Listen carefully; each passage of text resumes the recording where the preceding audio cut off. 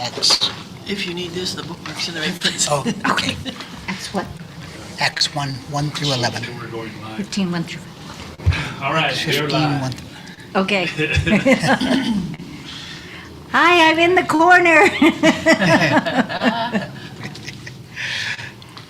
Welcome, everyone, to our Monday evening service, which we also call a gathering. We're here in Albuquerque, New Mexico, and we'd like to welcome everyone who I think is at different locations around the country and even internationally. We were talking about that this afternoon at one of our meetings, that looks like we're reaching outside the bounds of the United States, that we also have individuals that patch in from Canada, Brazil. Brazil. We've had a couple from Hawaii. Well, that's the States. Even LA has its own country there. Okay, Joe, LA, California. So we'd like to just kind of prepare ourselves this evening for a time to give thanks to our Creator for today, for all the amazing blessings that we have. We also have been blessed today with a new individual who has joined us, and we're thankful that he has come to spend some time with us. And if you're here for the very first time, our ministry is called Good Medicine Way, and we try to be very intentional in what we do through our service that raises awareness, that we also show appreciation to our Creator who has created each of us individually with our own skills and abilities, but then also we turn around and we honor Him in all that we do this evening. And we want to thank you for joining us this evening. We have a whole list of things that we're going to do our best to accomplish this evening. And one of them, as we go along with the gathering tonight, is we have a land acknowledgement and a Four Directions prayer. We also want to recognize that we too here in Albuquerque we want to recognize and acknowledge the indigenous people in our area, which covers the 19 pueblos, Navajo Nation, and Jicarilla and Mescalero Apaches that are found here in New Mexico, as well as Fort Sill Apache. But at this time too, I'd like to call on Joe Lopez in LA, California, to also express his land acknowledgement and the Four Directions prayer. Thank you, Joe.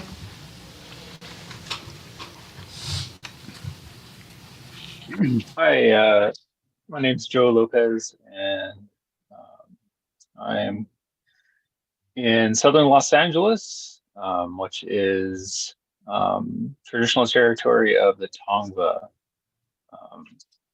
And so if you pray with me, I'll open our time.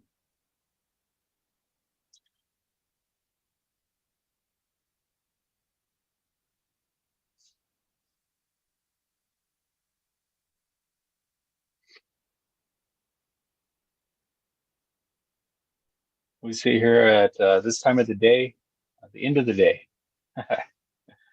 but thinking of the east, thinking of the rising sun, the morning, the beginning of our day, the beginning of life.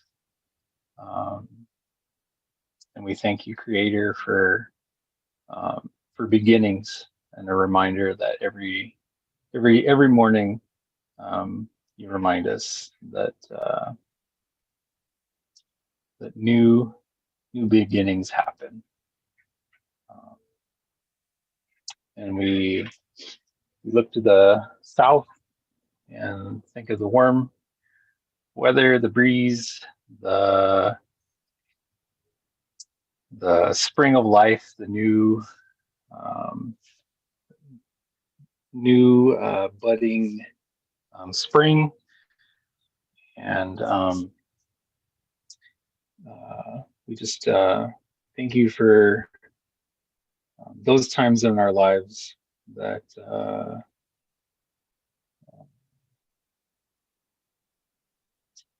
where we're growing, where we're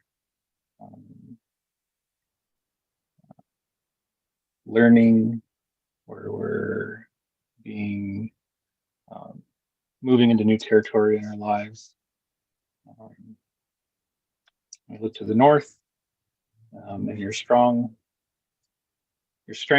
your cool breeze, your quietness, like the snow brings quiet to the earth. We thank you for those times of our life. We just ask that you meet us in those spaces, allow us to acknowledge who we are in you, and then here we are in the West, the time of the day that we're at now. The setting sun, the beginning of the dark time, the evening, the moon comes, and the stars come. Give us, center us on your spirit as we gather, as we learn, listen, respond. Be with us in our time. Ask your blessing in all that we do this evening. Amen.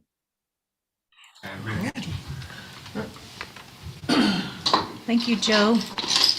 So now at this time, we're going to call upon the Grovers, Leah and Brian, to share a couple of songs with us.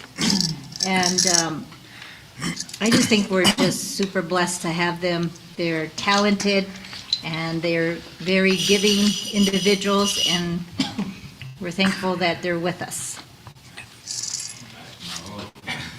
Good. All right, we're gonna do a Jonathan Miracle song. It's kind of a newish one. He wrote it kind of right as COVID started, and I don't know if he's actually recorded it, but it's called "We Are One." We're gonna do that song, and then we're gonna do the Good Medicine Way song that Danny Zacharias wrote for us specifically.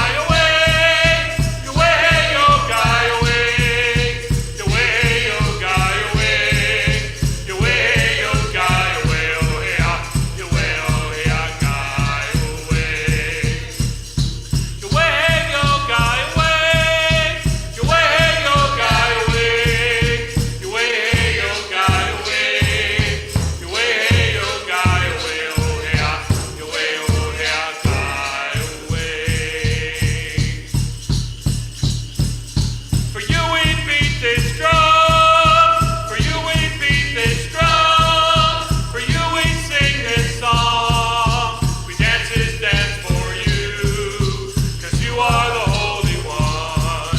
Yes, you are the Holy One. For you we beat this drum. For you we sing this song. We dance and dance for you. For you are the Holy One. Yes, you are the Holy One.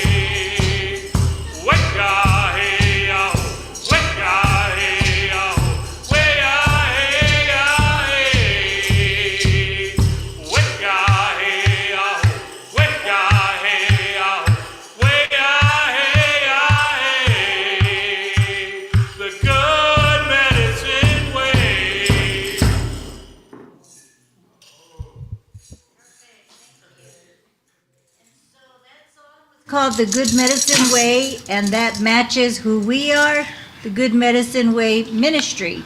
And I want to put this on Casey, if you can help explain the song and how it was given to Good Medicine Way. Oh, yeah. A good friend of ours up there in Acadia, up there in Nova Scotia, Canada. We were having a meeting up there a few years back at one of our symposia, and he was kind of hitting him to me. He come by me, he says, I got a surprise for you. I got a surprise for you. And I said, what is going to be? Oh, I got to show you later. I'll tell you later. And so he said, I would like to have all the guys that can sing on the drum come on up. And so we all came up and we sat around the drum. And he says, okay, Casey, I got a gift for you. And he says, it's a song. So the first time I'm going to sing it in public here with you. A couple of guys knew it, and he shared it with us, and he was so outgoing. He was just so happy. You could just see him, the way he was just really just bouncing and singing really loud, and his name was Danny Zachariah. So we'll probably sing that every time we get together. Well, that'll be a song we sing, and it matches our name here. In the Good Medicine Way is Jesus is the good medicine. So that's our way of believing in the Good Medicine Way. Laura? Great, thank you. Thank you for sharing that history or the gift of the song and how it came about. I think it's helpful to know the originations of songs, because then it makes it more meaningful the next time we hear it, because we know where it comes from. All the way from Nova Scotia. So next we're going to have Creation Insights, and Diane from Indiana is going to share her Creation Insights. And Creation Insight is recognizing that we know our Creator speaks to us not only in our own personal way, that it's like, I'm getting a message, but then we also recognize He is the creator of all creations, and He sends us messages through His creation. And this is a way under Creation Insights that someone shares with us what they may feel is a message through creation. And so I'll turn it over to Diane.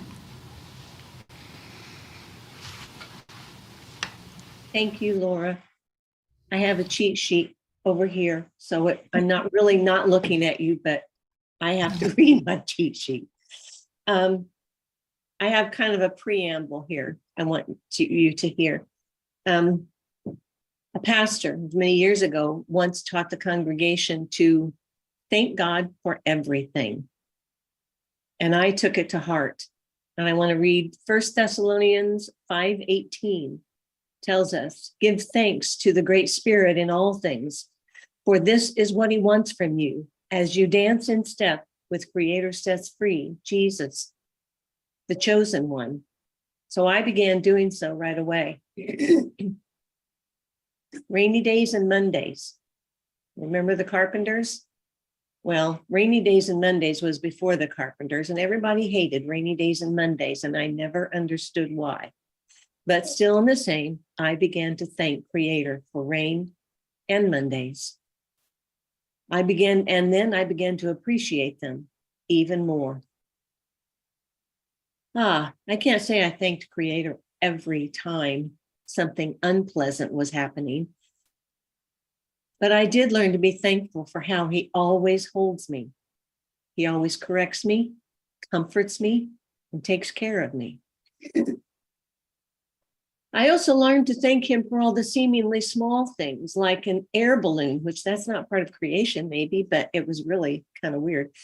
And I knew He sent it for my benefit, coming right over my house, low enough almost to scrape my roof, because this air balloon had a big rip in its side.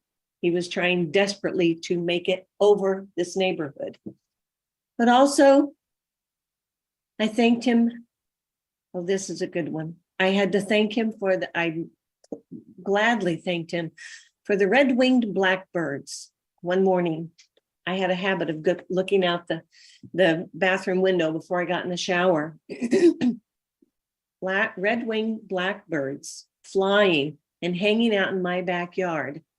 That's significant because at least here, I only see red-winged blackbirds over a field, like a field of beans or something like that, or just a big vacant field, just like the same way you see regular blackbirds. So, but there was something difficult going on in my life, and I can't tell you what it was. I don't remember it. I remember the blackbirds that God sent to make me feel better, to just remind me of his presence.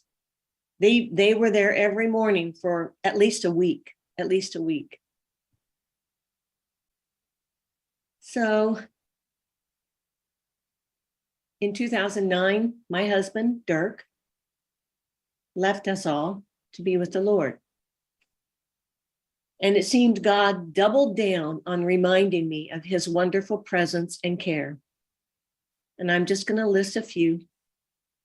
Once, back to the red-winged blackbirds. That's hard for me to say.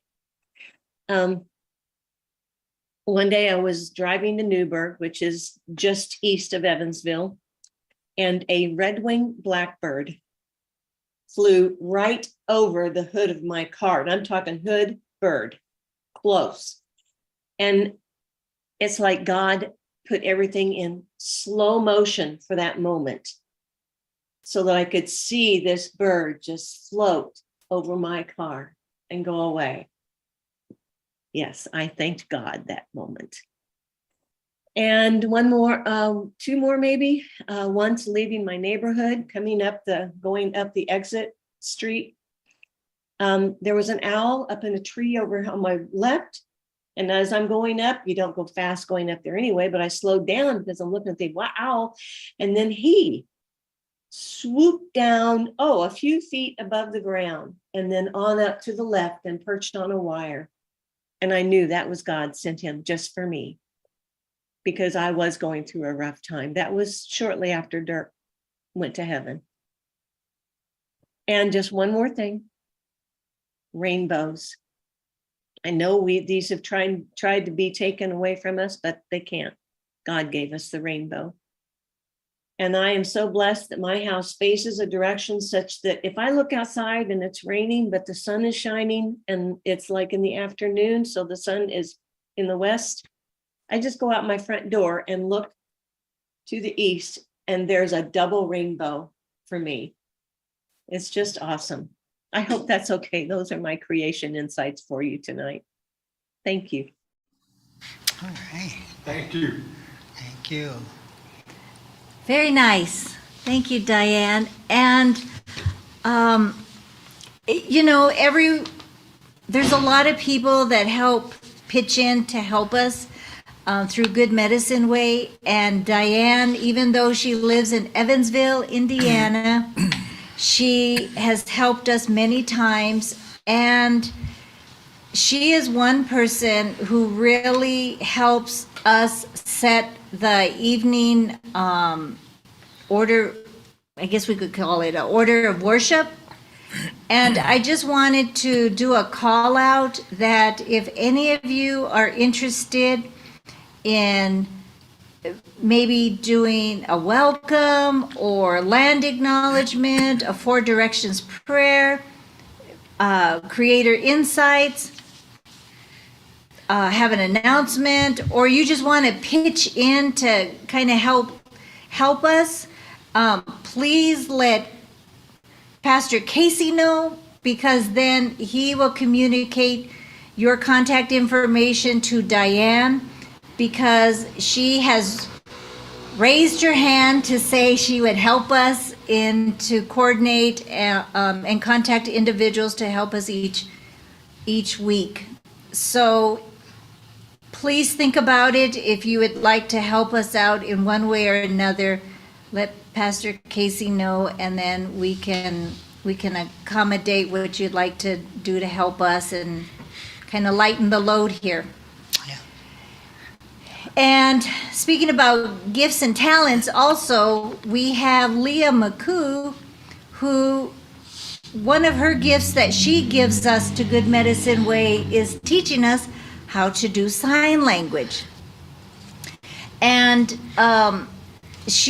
we use the Lord's Prayer from the First Nations version here.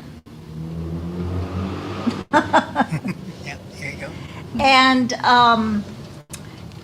so some of us are, most of everyone is more proficient than I am. So, but we want to turn this time to Leah to help us go through the Lord's Prayer in a sign language. Leah? You're muted, Leah. Yeah, everybody. That's the famous quote that everybody will know now. Hey, you're muted. Background effect?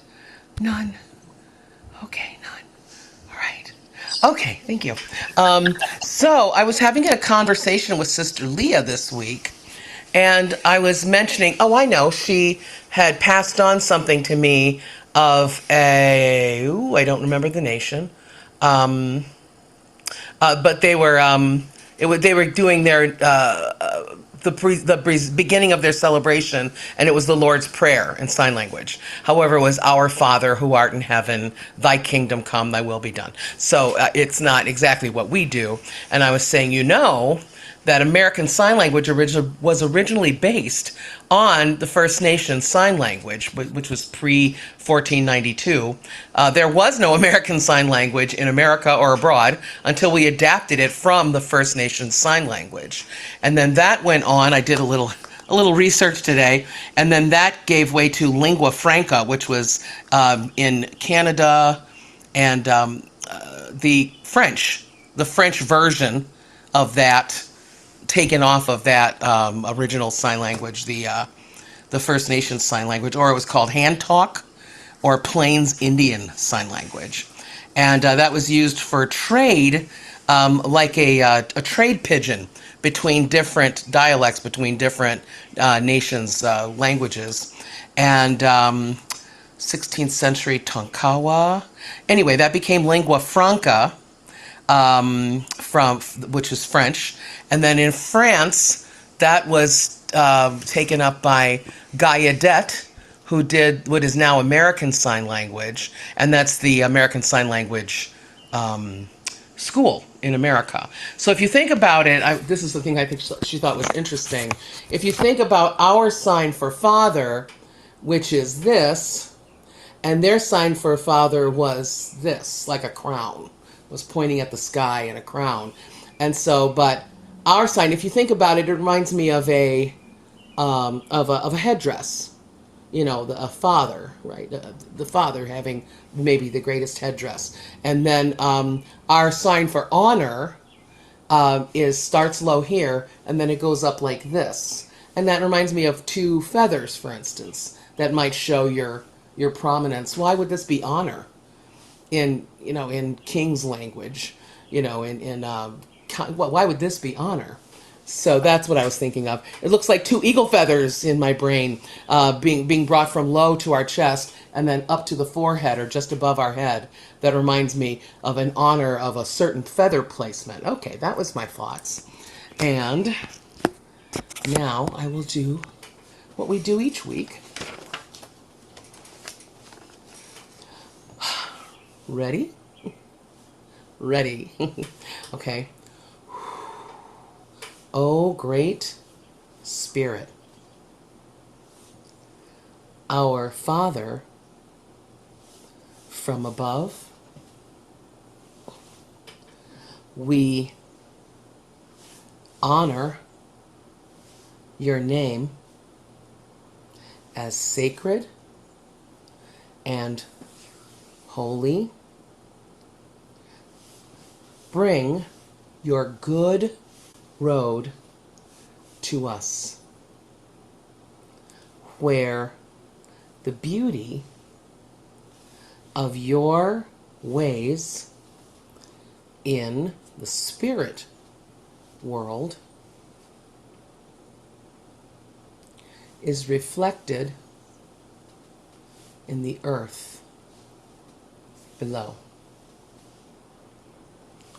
Provide for us day by day the elk, the buffalo, and the salmon, the corn, the squash, and the wild rice. All the things we need for each day. Release us from the things we have done wrong. In the same way, we release others for the things done wrong to us. Guide us away from the things that tempt us to stray from your good road, and set us free from the evil one and his worthless ways. Aho, may it be so.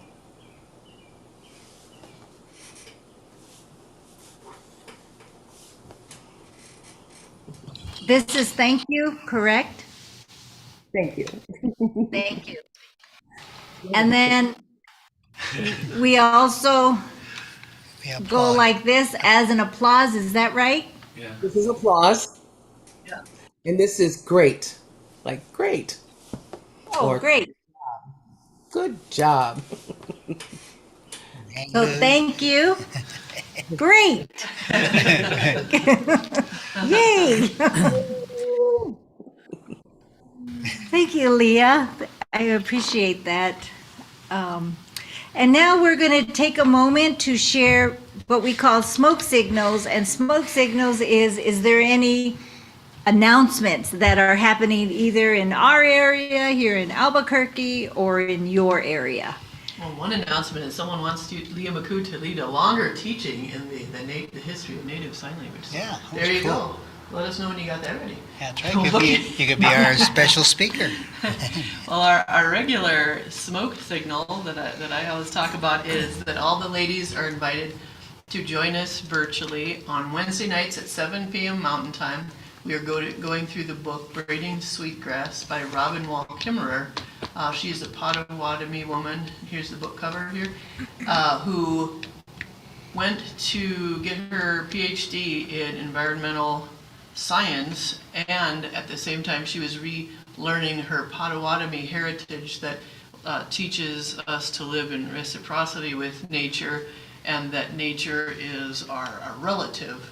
And so she's blended those together in this book, Braiding Sweetgrass, and it's just a beautiful symphony, a melding of these two ways of looking at nature. And so is Jean or anyone here? No, I can do it, Jane, today. All right. Yeah.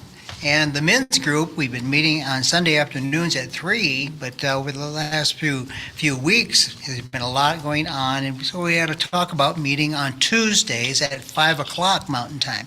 And we're going through Randy Woodley's book, Mission and the Cultural Other.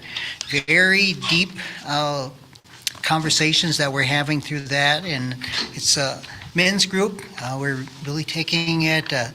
We have some good discussions, a lot of good things coming out of that. So if you join us Tuesday, 5 o'clock Mountain Time, and connect with me, and we'll send you the link. You can still join us and still get the book. All right, and the way to get to the women's circle on Wednesday nights is that it's on our Good Medicine Way Facebook group, and it's at the top left. You click Browse then Events, and it'll be there. So all the ladies, Wednesday nights at 7 p.m. Mountain Time. The men's group is in the events too. Should be. Yep, both of those events should be there. A couple more visitors. Hey, does anyone know what this is? Can anyone see this in your... Whoa, what's this? ApacheCoffee.com. I wonder if there's any Apaches in our audience that have ever heard of this. Look at this be? It's good coffee. I just had a big old cup. Anybody know anything about this? You want me to talk about Apache coffee? Why not?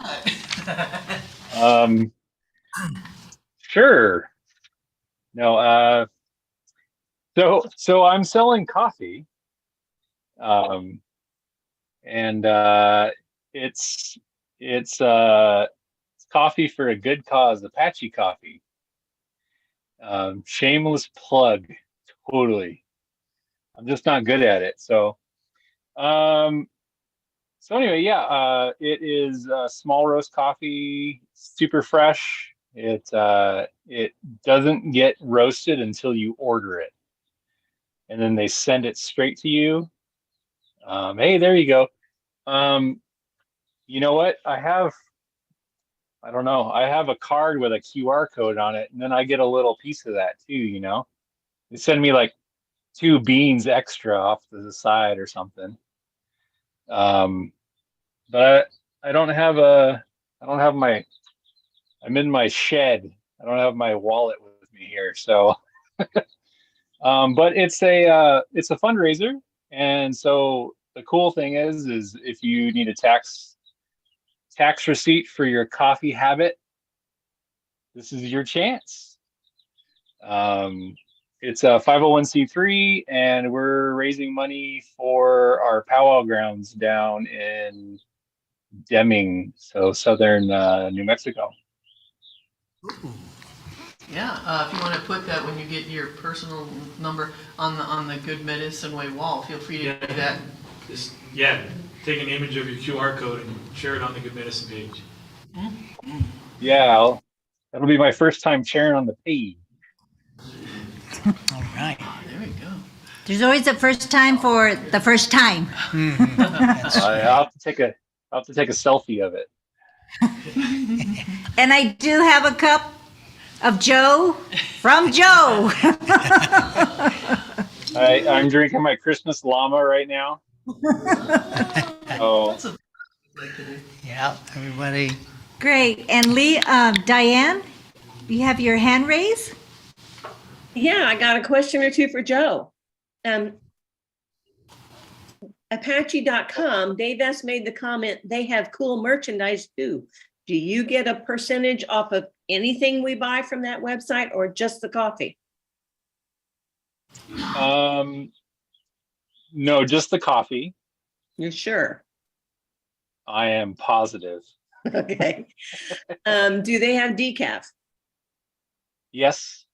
Okay. I don't drink caffeinated. Decaf, K-cups. We got, I don't know, like you could smudge with it. You could, you pour, you pour it through your machine. There, like a dragon comes out of there before you drink it. All kinds of the coffee. Thank you.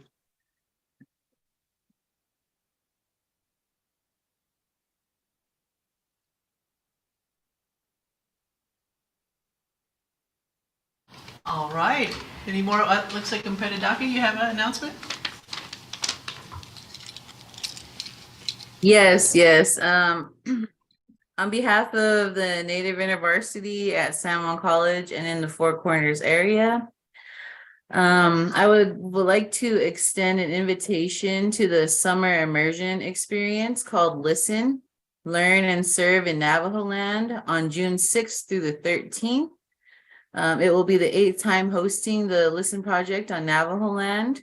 They will be traveling throughout the Native communities around, through Albuquerque, Flagstaff, Bluff, Utah, my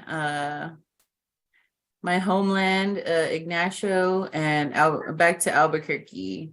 There is a cost with it, but yeah, come and join our Native students and our Native people as they travel throughout Navajo land and other Native communities. Hear stories of hope among Native people and the land, and just to learn the history of the Southwest and just enjoy serving Creator in various capacities. So yeah, that is the Listen Project, the Learn and Serve in Navajo Land. So yeah, thank you for letting me announce that. But yeah, the 6th through the 13th of June, so it's right around the corner. So yeah.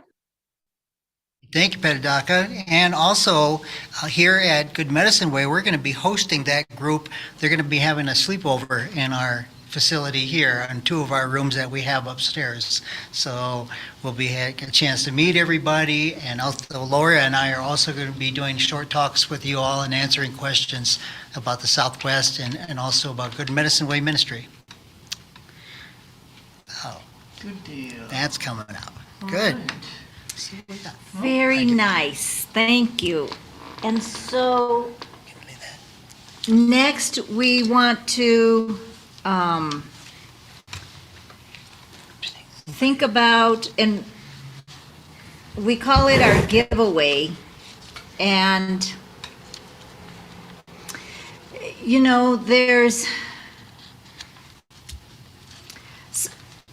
at times there are some special occasions that may happen in our Native community, and the families or those that are sponsoring the event may have a giveaway. And the giveaway is a way to show gratitude and appreciation for those that are in attendance, maybe to publicly recognize individuals that are out there, but it's just an expression of appreciation. Now, how we fit that teaching into what we do here with Good Medicine Way is that, and also they may have a blanket and they would put it on the ground, and then whatever gifts they may want to give out, they'll lay it on the blanket, and then they'll reach in from the blanket to give the gifts.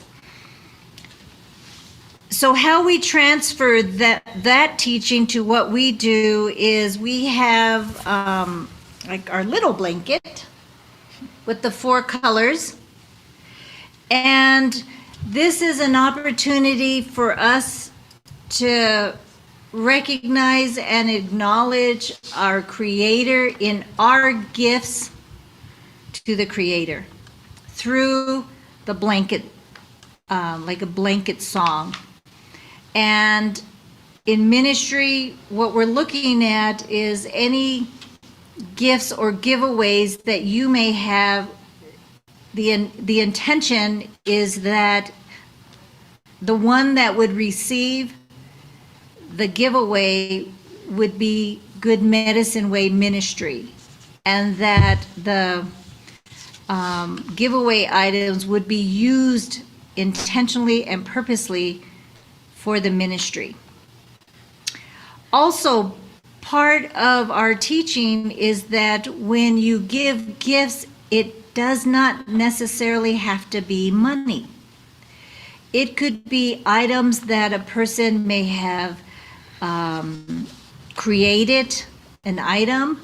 It may be a basket of fruit, a basket of vegetables, artwork, anything that could be used and transferred for the ministry.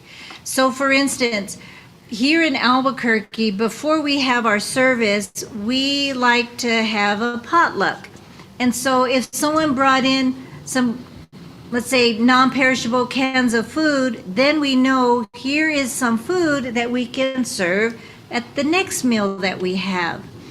And I so loved, and our ministry also accepts monetary donations through a QR code. That's on the chat. And also through PayPal. And one of our friends here that attended a couple of weeks ago, when we had our giveaway and we put the blanket right in front of us on the ground, he came up and he put his phone on the blanket. And it was his acknowledgement that he does give monetary donations through PayPal through his phone. And so it was his way to acknowledge his gifts, and he laid the blanket on the phone. Good Medicine Way did not keep the phones. But it was just a way for him to just demonstrate that he too gives in a way that was an expression of his appreciation. So I want to just spend some time for us to lay the blanket down on the floor in front of us, if anyone would like to give. Also, you may also give electronically through PayPal on the Good Medicine Way website. And then you, And the QR code. We'll put the QR code up when we do the song too. Yes. yeah, so the QR code, you can just take a picture of it with your QR scanner on your phone and it'll take you right to the site to donate. Or right at the top of the Good Medicine Way Facebook page, there's a logo there. You can click and donate through PayPal or another card. And did you have a question, Diane? Yes, Laura, last week, and I don't know if you mentioned it this week, but I meant to text you earlier to make sure you'd mention it, because I'm not sure I heard you correctly last week. You mentioned something about other items that people could send because you would be having like days, like a yard sale, like a sale where people could come and buy items. Could you go through that again for my benefit at least? Sure. So sometimes in the past, people may paint, they may create something, and then periodically, Good Medicine Way, we may set up a vendor's table at a powwow or at a community event, and those items we could put on the vendor's table and sell. And once they are sold, the money raised from those items, it would go back to the ministry. So again, it's not specifically money. And also, we don't want to pressure anybody that they have to give. That's the least of the attention that we want to give. Those that want to pray for us on behalf of what we do through Good Medicine Way, I think is even more valuable than money. Exactly. And so we just wanted to make sure that we let everyone know that it's not intentionally to raise money, yet money does help us pay the bills. But we know the higher value of what a person could give to Good Medicine Way is your prayers, your time, and your talents and your gifts. That's non-monetary, but is most valuable. Thank you for asking that question, Diane. So at this time, I'm going to go ahead and lay the blanket on the ground here, and Brian and Leah will share a song. And he will put up the QR code electronic blanket on the monitor.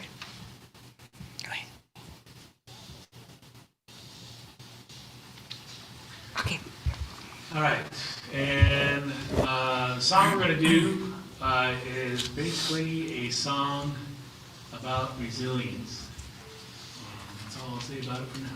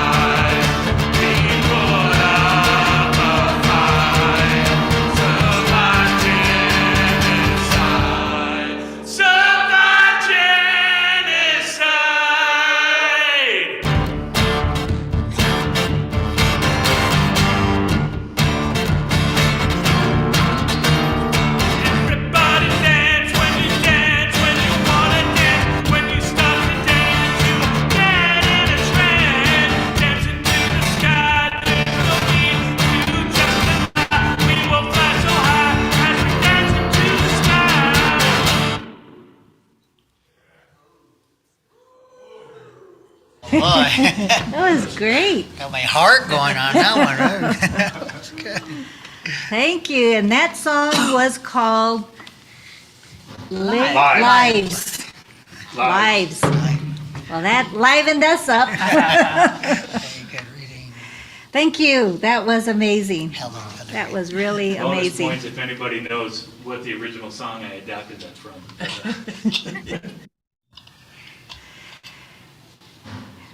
Okay, so now we Helen. would like, Helen Wright will be reading. oh, okay. We're going to go into reading Creator's Word. And here at Good Medicine Way, we're going to use the First Nations Version Bible, and it's just so far it's the New Testament, which is the latter half of the Bible. And tonight's reading is going to come from Acts chapter 15, and we have Miss Helen who's going to do the reading of verses 1 through 11 from Acts 15. And after she reads, then Brian is going to play the flute, and we just want to kind of set some time aside to be ready to hear God's word by having some music that just kind of helps sets us ready to hear God's word. So Helen, can you please read Acts 15, 1 through 11? Certainly. Can everyone hear me? Slow. Little low? There you go. there. Now you're good. Now you're good. Okay, that's better then. I'm sorry, can you still hear me? Because now I can't hear you. Okay, good. All right, so as Laura said, I'll be reading from the First Nations version, Acts 15, the Council at Village of Peace. While small man, Paul, and the son of comfort, Barnabas, were in stands against Antioch, some men came down from the land of promise, Judea, and began to teach the followers there. They said, unless you have participated in the traditional cutting of the flesh ceremony given by drawn from the water, Moses, you cannot be set free and made whole. But small man, Paul, and son of comfort, Barnabas, did not agree with them and had a strong argument with them. It was decided that small man, Paul, and son of comfort, Barnabas, along with a few others, would go to the message bearers and elders at Village of Peace, Jerusalem, to settle this among them. So, having been sent on their way by the sacred family, they traveled through land of palm trees, Phoenicia, and high place, Samaria. As they traveled, they told how the outside nations had come to faith. This made the hearts of all the followers glad. When they came to Village of Peace, Jerusalem, the message bearers, elders, and the sacred family welcomed them. They told them the stories of all that the Great Spirit had done through them. But some of the sacred family members who belonged to the band of the separated ones, Pharisees, stood up among them to make their voices heard. The outside nations, said the separated ones, Pharisees, must participate in the cutting of the flesh ceremony and be required to follow our tribal law given by drawn from the water, Moses. The message bearers and elders sat in council together to discuss this matter. After much talk and debate, stands on the rock, Peter, stood up among them. My fellow members of the sacred family, he said to all, you know that a good while ago, Creator chose me to be the one to help the outside nations come to faith by telling them the good story. The knower of hearts made this clear when he gave them the Holy Spirit in the same manner as he did for us. The Great Spirit made no difference between us and them, purifying their hearts when they trusted in him. So why put Creator to the test by putting a burden on their shoulders that neither our ancestors nor we have been able to carry? So then, stands on the rock, Peter finished, we believe it is because of the gift of great kindness from Creator sets free, Jesus, the chosen one, that we will be set free and made whole. It is the same for us and them.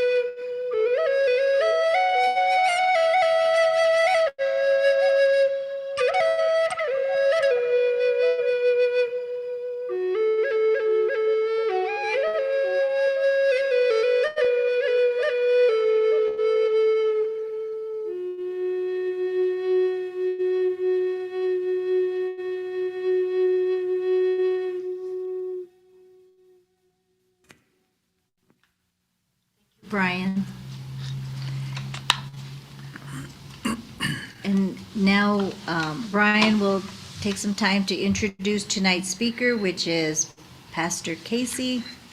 Some call him Uncle Casey, some call him Dad, some call him husband, one person calls him husband. You can call me Rick. Yes. All right, yes. Tonight, our founding visionary, Dr. Casey Church. He's been in this struggle for the long haul in varying roles, but always with that persistent vision of Native people being able to worship Creator with the cultures and with the understanding and with the bodies and with the dance and with the emotions that Creator gave them. And so we're honored to be partnered with Casey at this time and stage with Good Medicine Way. And I think you all are very familiar with him, so I won't ramble on anymore.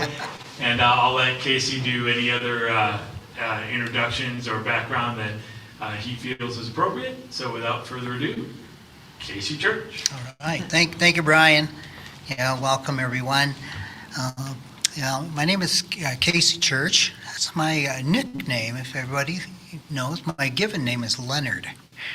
And somebody that really shocks some people, and the short story behind that is that when I was dating Laura, she only knew me as Casey. And then a year later, when we put in an application at the courthouse to get a marriage license, and she looked at the marriage license and it said Leonard. And she turned to the clerk and she says, "I think you gave us the wrong one because it says Leonard on here." And she goes, "No, that's him." And she looked at me and go, "I don't know if I can marry a Leonard." That's my version. There's always two stories to everyone. So that.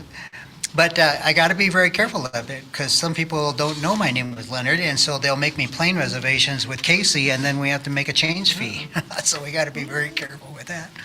So I got a couple of things that I want to bring. I don't know how much time we'll have, but these are some very raw ideas, And I really want you to ponder them some because I've been thinking on them a while. And some of it's very simple. We know about assimilation and what Native Americans had to go through on this continent here to become believers in Christ, or to really just to survive. We had to assimilate. And then another one, I don't know how many of you are into the science of epigenetics, but I've been doing a lot of study on this area. And also epigenetics, I'm calling epigenetics and historical trauma. So I'm going to go through this kind of quickly, just to open your mind to what I've been thinking about for some time here. So like I said, these are kind of raw ideas I want to just share with you. First, I'm going to start off with assimilation, and the history behind that, I either call it PC or BC. It's pre-Columbus or before Columbus. So there's a time pre-contact. So we got a time there when life here on this continent was very different from life that happened over the next couple hundred years. Really changed us, and it really set us on a new trajectory. But what happened here on this continent was a genocide. And if you look up the word genocide, the definition of it, I'll leave that up to you. You can see that all of the things that define what a genocide is, you'll see that it happened to Native American people. So basically, Native Americans were in the way. We were a problem to be taken care of. And some thought it was quite a blessing that God was freeing up the land when the pandemics and the diseases wiped out so many of the people here on this continent, because we didn't have a resistance to some of the diseases that came over from Europe. So they thought it was a blessing that the land was opened up and it didn't have to, personally kill so many natives. But that was also a part of the program too, is that even though they made treaties and they made friendships, but later on we were still in the way, so a lot of killing happened. A lot of relocations took place, moving us to reservations.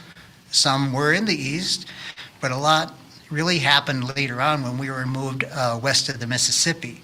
So that happened. The other thing about assimilation and trying to get rid of us is that, was it Colonel Pratt that says that we need to kill the Indian to save the man. So a lot of the theory behind all of that is that they set up military-like boarding schools and residential schools. And they were based on military programming, so that if you knew anything about going into the military like I did, I went into the cult of the Marine Corps. And it is, they change you, they strip you down and they make you, into nothing.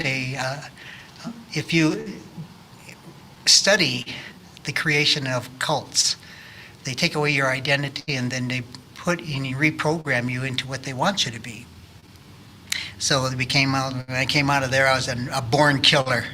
So not really. I was a mechanic, really.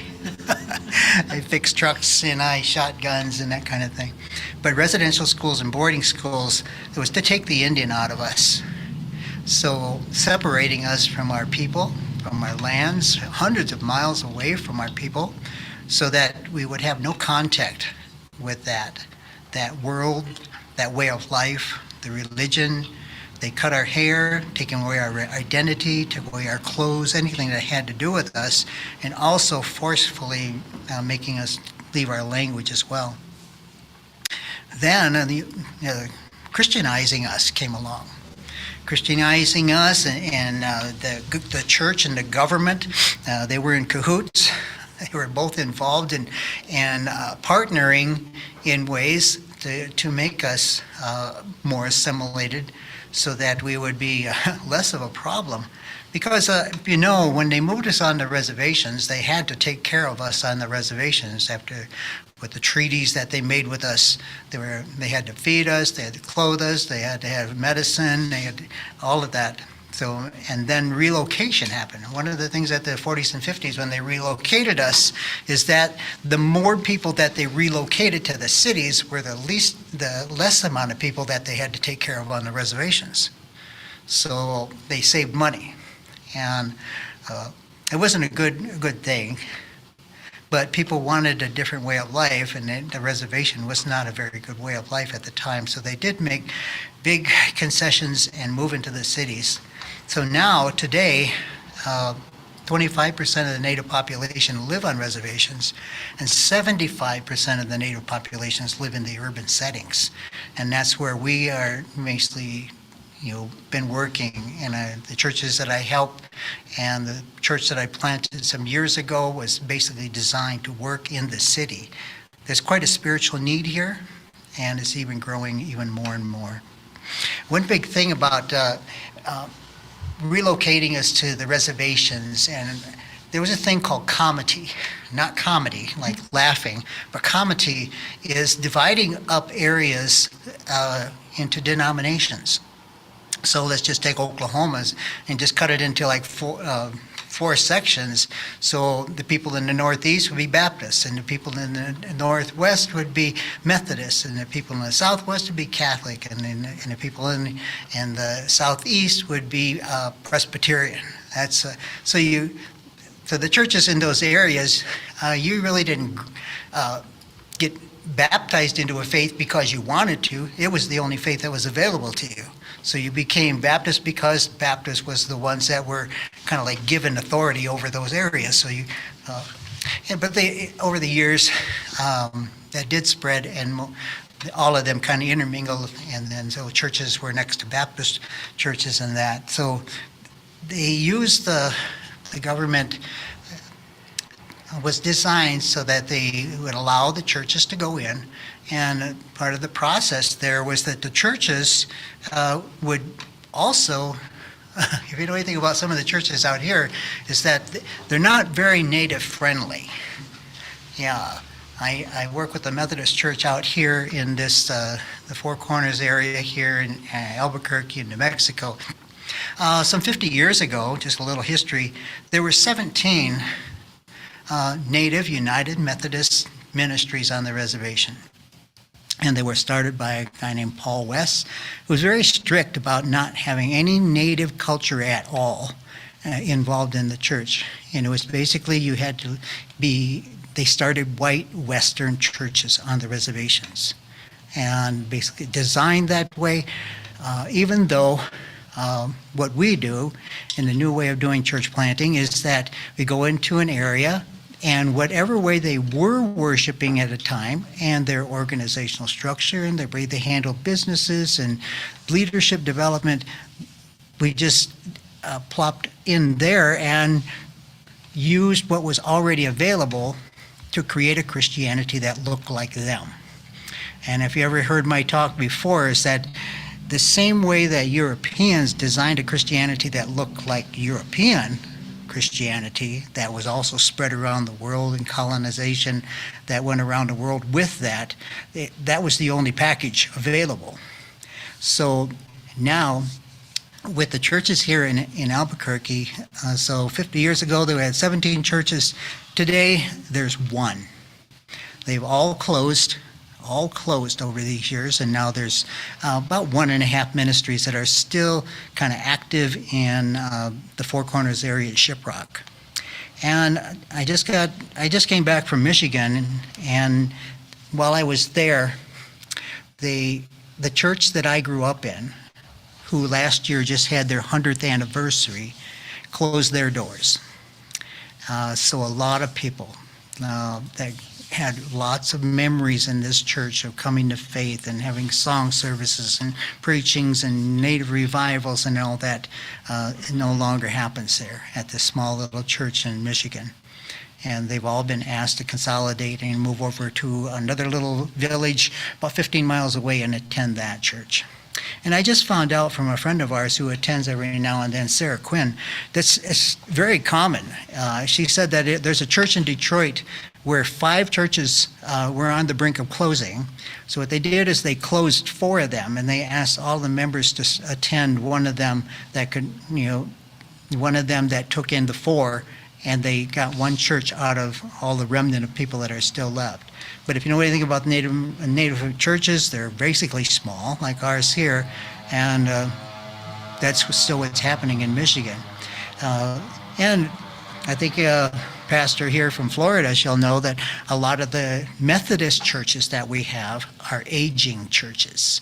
There are very few that are young, vibrant, young people starting new ministries out there. So like the church that we're meeting in right here, it's an aging congregation. There's only about 15 that are members, and it was last time I attended upstairs, there was only 4 in personal attendance there. So one of the things about assimilation, here's the thing, is that the raw material that I want you to get a grip on here is that they are trying to assimilate us out of our nativeness. So they built these churches, and they made us go to these churches, and I'm just going to use an image here on the board here. I don't know if it's going to come up there for you, but yeah, let's just make this image. And then got a bell in here, ringing at door. So here, you got this image, I call it, it's an assimilation box. So before you went in there, you had to, can you see that? Yeah. It's a box that you enter, and when I did go to church, at the church I grew up in, it was still based on you could not bring your culture inside. And we were very different than from the community around us. So when I went there, I had to act and be like a white Western Christian. And even though the community around us was very native and very traditional, sweat lodges and ceremonies were happening, but we didn't do that in there. You had to be white Western. That was the way it is. A little short story about my family's background. My mother's name is Pokagon, and the name of our tribe is the Pokagon Band of Potawatomi. So in the 1830s, when relocation started happening, they moved our people from Michigan and Indiana and Illinois area. They moved us from there on what was called the Trail of Death. They rounded up all the Indians that they could, but gunpoint, and marched them out to Kansas, going by way of Iowa. So they crossed the river, and then they went south into Kansas and then Oklahoma. So that was our story. But my family member, when my great 5 great-grandfather, Leopold Pokagon, he says that we have to play this game. We have to play this game, otherwise we're going to be relocated out to Kansas like all the others are. So what he did is he had the smarts enough that to say to these 6 family groups that were there, he says, if we want to stay here in Michigan, where we grew up and our families are, and they were living, basically coming out of a transition from being very hunter-gatherer and following the food chain to being more sedentary now. And so it was in a time of transition that they were going through. So what was happening is that the soldiers were coming, they were rounding people up, and things were happening and taking place, and it was getting pretty scary. So with Leopold Pokagon, he talked to the family groups, and he says, we got to play this game. We have to wear the clothes that they're wearing. We have to send our kids to school. We have to attend church, and that was hard because there was no church for them at the time. And they says we have to take up farming. And we have to start being, we have to start not talking our language even. So he says, we have to do these things, otherwise we are going to be moved from our land. I wrote a thing one time called Place, a little story about what does place mean to a Native person. And I wrote it and I titled Place Displaced, and how moving somewhere else, the place that you're moved to becomes your new place, that becomes part of who you are. And that's what happened to our relatives that moved out to Kansas. But there in southwest lower Michigan, Leopold Bokhagen talked to the families and he got them all on board. And he said, this is what I'm going to do. I'm going to take a trip to Detroit. I'm going to go there and then talk with the archdiocese there, the Catholic Church. I'm going to ask them if they'll send us a priest. And if we get a priest to come into our community, we almost got it for sure that we're not going to be relocated. So he played that game. So it is a survival mechanism for us rather than being relocated. So, but even though the native people played this game, do you ever see an iceberg? An iceberg, let's say like this. Yeah, but here's the water line. Here's the water line. So the iceberg that's there, this is what the white people wanted to see. They seen us changing in the way we acted, the way we went to church, the way we went to school, the way we changed our way of dealing with in farming. But the values, our perspective on reality, this is what we really was saved. So a lot of that is still connected with our people. But the surface level changes that was able to make us stay in the area, still, that's what saved us from being moved. So if you ever listen to my previous talks, I talk about that native people. I always use this image of this circle and then the people there in my talk there, is that you got traditional beliefs and you got Christian ways. But when God placed us around the world, he did it intentionally so that we wouldn't do this thing at Babel that God didn't care for. So he placed us around the world. We developed ways of worshiping God from that way, that where we were. And I used examples like Moana. The people that were moved out to the islands, their spirituality is built around the sea, the volcanoes and the islands and the ocean and the creatures under the sea. Those are all part of their spirituality. So they built a way of understanding God, the creator, from that world. And all people around the world did similar things. So that's one thing that's happened. But here's the thing. That box still exists today. That is still taking place today. And people don't even realize it, that they're still in an assimilation process that is still not allowing them to be Native American. Even though we could, like in this situation, we could develop a Christianity that looks like us. They're still doing a colonized way of Christianity that is still happening today. And they still don't have any freedom to be a Native way. They can't use a drum. They couldn't bring in their regalia. They can't, in many ways, they've adapted languages. So that's happening. So I just wanted to share that little bit with you. And I'll erase this a little bit, because the other thing I'm just going to talk a little bit about is epigenetics. Epigenetics. Who knows what that means? Yeah, you might have a few epigenetic people out there. Epigenetic and historical trauma. My daughter Shawn Dean and I, and our church planting coach, Carol Lakota Easton, she put on a program in Dallas, Texas, where she invited my daughter, who's a therapist, and invited me, because I'm a pastor who's involved in a church that's doing something different. And one of the main speakers there was Eduardo Duran, and he wrote a book called Soul Healing. And before I even heard about him and knew about his, after reading his book, Soul Healing, I had already, years ago, had thought the way for Native Americans to heal from historical trauma, the term that was already out there for many, many years now, is that we need to go back to the things that were taken away from us. Because what's causing the problems in our life is that we don't have an identity with who we were at one time. We were taken away from the things that God created us to be, and that's why here you can be a believer in Jesus and be a Native person, a Native believer in Jesus Christ. So in this program, what they did is in epigenetics, I'm going to try this is very simple, but you got the double helix. You got the double helix of our DNA.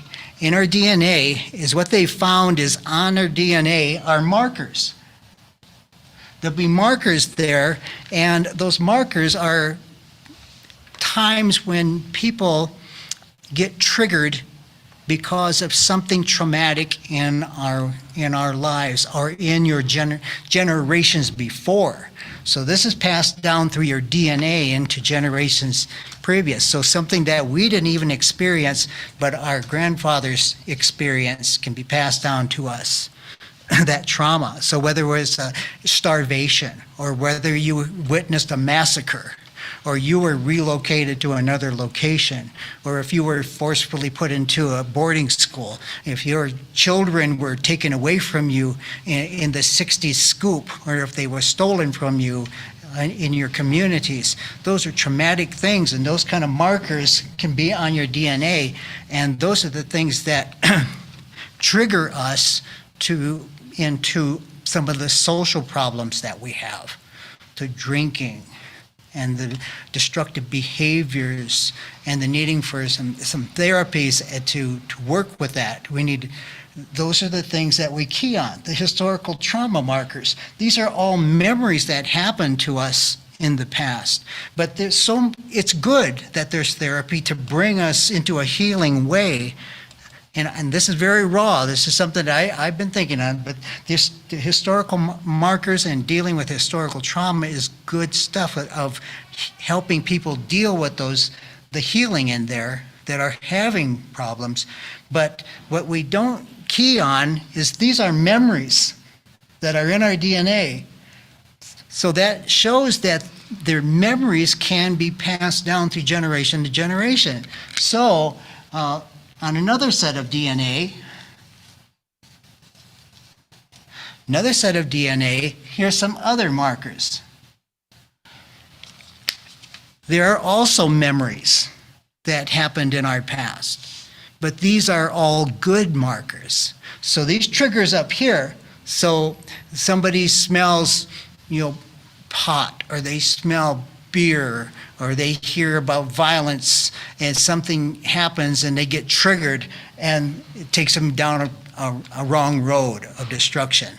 So they get triggered in some other area into violence or something like that. So those historical traumas that happen there, they're memories that something triggers them to act out in a certain way. But in that same way that there are memories of historical trauma that cause destructive ways, there are memories in our past that can bring us to a place of pleasant, good feelings. So I wrote a short story. It's going to come out in my next book. And I used the two characters called Ruth and David. There were both Native kids who were brought out. They were taken from their community. They were stolen from their community, and they were raised one in a Baptist home and another one in a Christian Reform home. And they were placed there, and the whole idea was, as that Pratt says, give me a child when he's a youngster, and let him be raised in a white home. He will not be Native when he's grown. So that was the whole idea of adopting kids out, so that they wouldn't have to go to boarding school. They could just be raised in a family. So Laura and I, we have seen people like that who have been adopted out, who don't know who they are as a Native person because there's just something that's missing. They have the whole outer appearance of being Native, but there's just something there.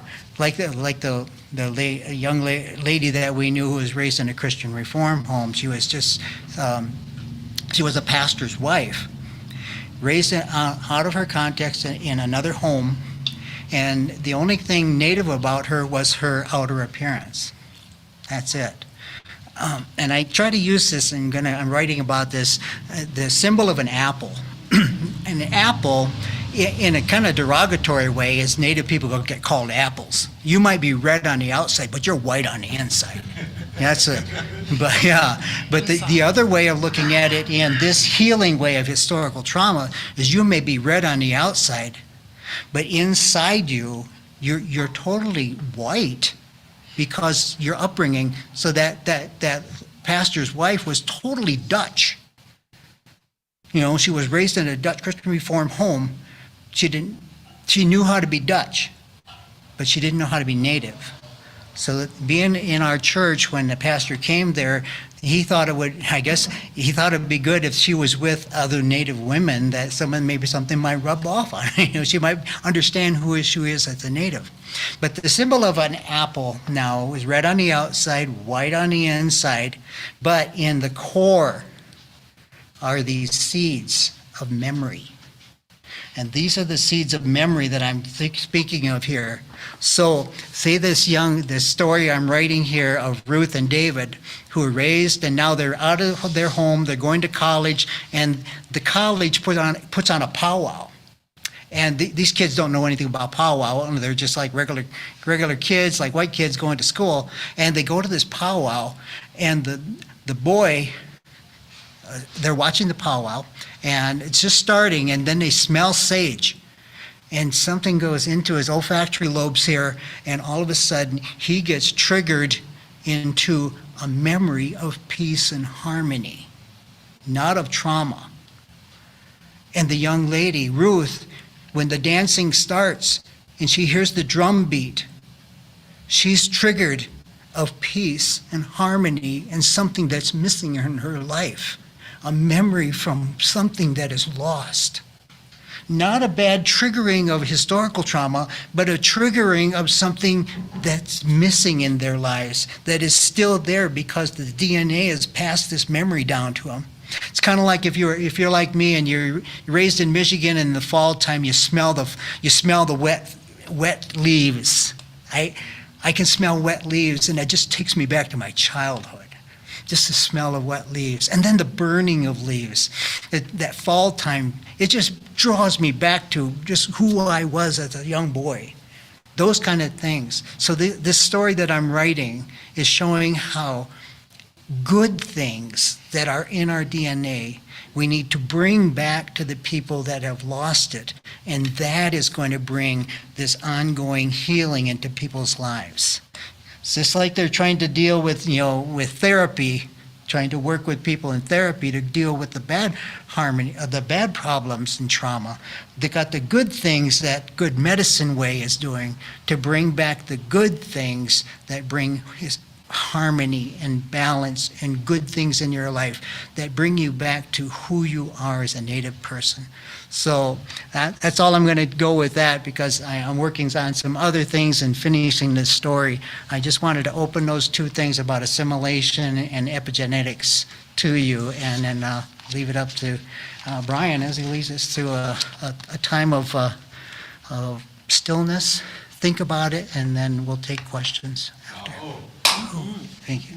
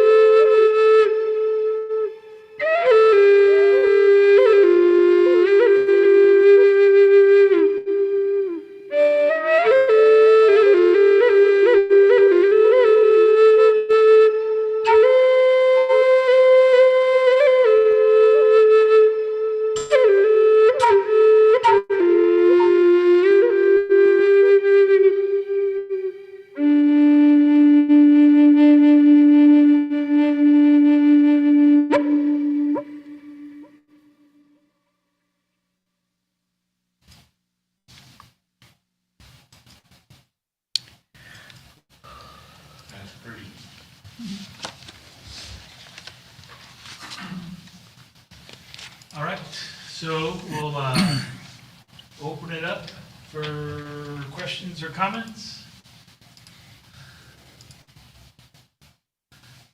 My name's Art.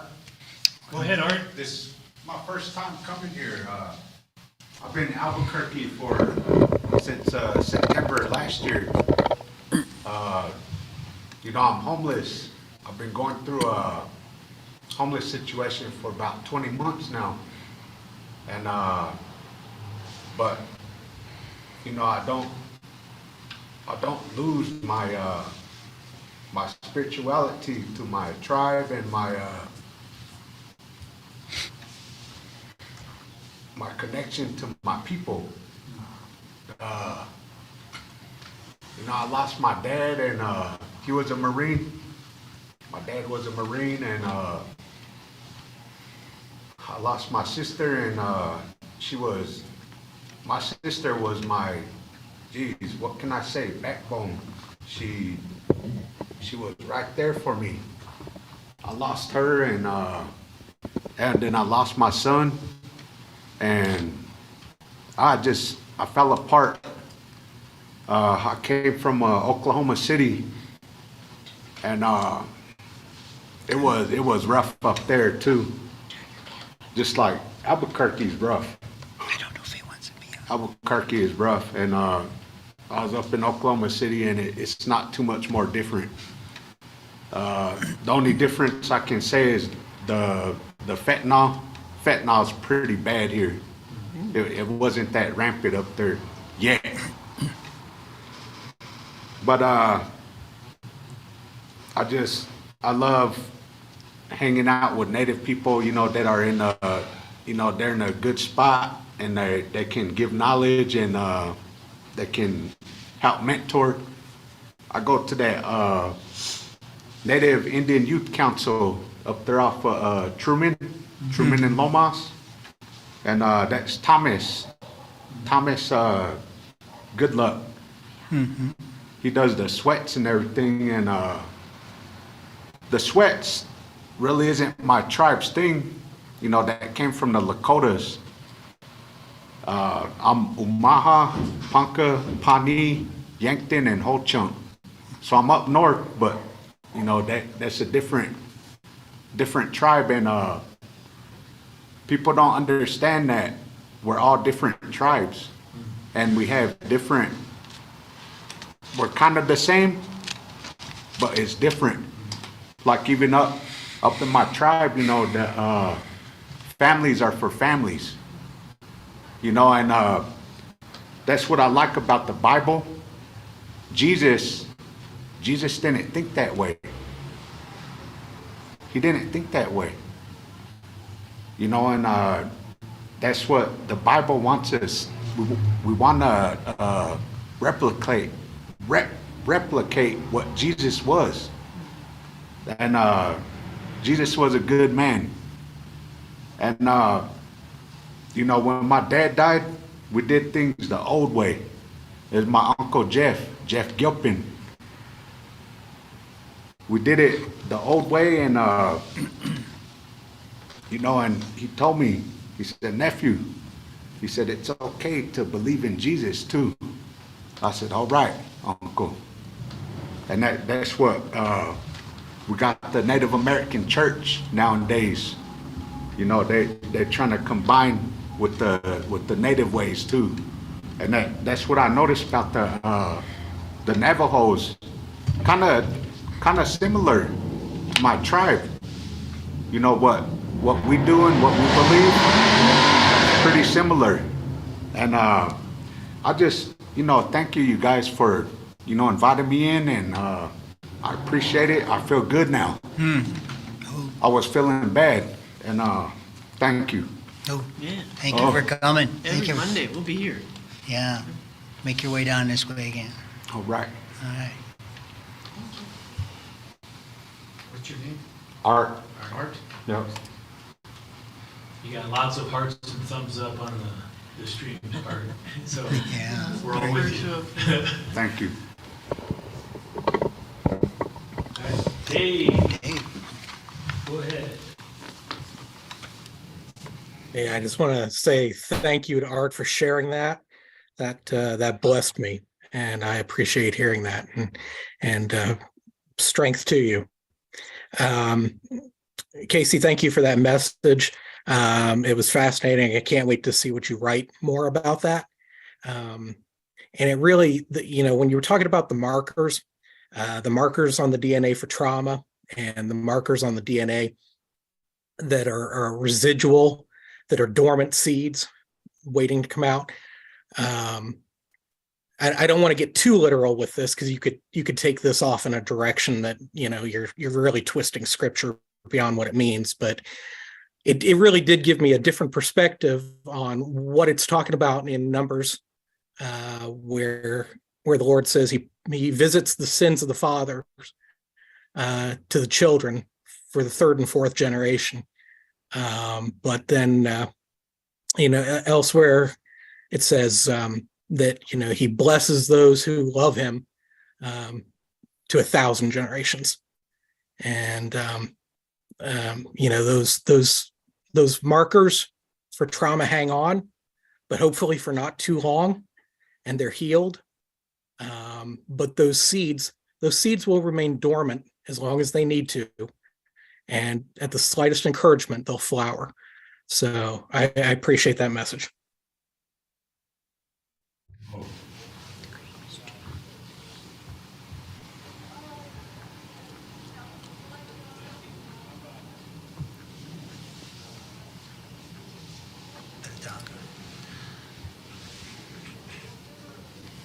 Go ahead, Pedadaka. Hey, thank you. I wanted to just say to, I'm sorry, I forgot your name, but I just wanted to say thank you for sharing your story and being brave and bold enough to come and join the Good Medicine Way here. The people that you are around are very, very loving, very kind individuals. And I'm really glad that you were led here tonight. And it's really great to hear from you. I currently live in Oklahoma City, and I lived in the Four Corners area for a long time. So I'm Pawnee, Cheyenne, Southern Ute, Oglala, and Rosebud. So you might be my relative for all I know. But yeah, I just wanted to say welcome in relative to our family here. We are all related. But I just wanted to thank you, Pastor Casey, as well for sharing a little bit about like the things that you've learned over the years. It was crazy. I kept writing in the chat about all these ideas and thoughts that you were giving me, like how we showed our resilience by thriving and surviving on the lands the government gave us, like that they sent us to, like even here in Tornado Alley. It's like, yeah, we grew and we evolved with everything that they tried to do to our people, moving us to the cities, separating us from our families. And I also was writing a little bit about like understanding that our tribes are secretive with some of our traditions, and why it's hard for us to communicate even now. I have a really, really hard time communicating even with my husband about things like that Reservation Dogs one, where he was like, I didn't even tell them that my appendage was hurting. And I lost something with that, or whatever he says. I don't know if I can say that here, but. And then I was also thinking about like how you were talking about like when like Christian families came in and were adopting the Indian kids. And I was like, wow, that's really crazy, because the reason my last name is Monroe is because my grandma on my dad's side, my late grandma on my dad's side, she was one of those that was adopted as well, like during that time. So that's why my last name is Monroe, and it's not Kills Straight or Kills Right. So, but yeah, I thought that what you shared, Pastor Casey, was really connecting with me tonight, and it helped me to remember that we are resilient people, that we make it through everything with Creator and our traditional ways, and there's just no way to turn our backs on that once we've learned it. And so like, yeah, I just wanted to, give a little encouragement too, that we're going to make it through, everybody. We're going to make it through. We're going to get through the next generation. Our children are going to pick up where we left off, and it's just going to keep going and going. And, but yeah, I just wanted to thank you again, Uncle Casey, for sharing what you did, and welcome our relative here in Good Medicine Way in the basement. So, but yeah, thank you. All right. All right, thank you. Lamar? All right, go ahead, Navarre.